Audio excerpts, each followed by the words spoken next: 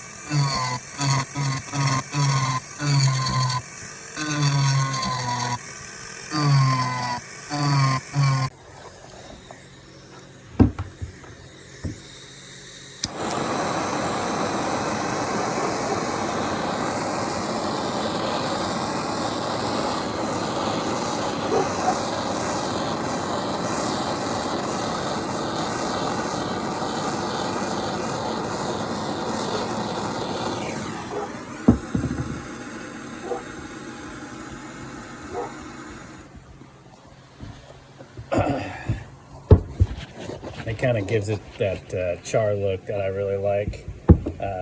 So that's just kind of the start of it. Be sure to check out more videos, guys. Got a lot of stuff kind of like this.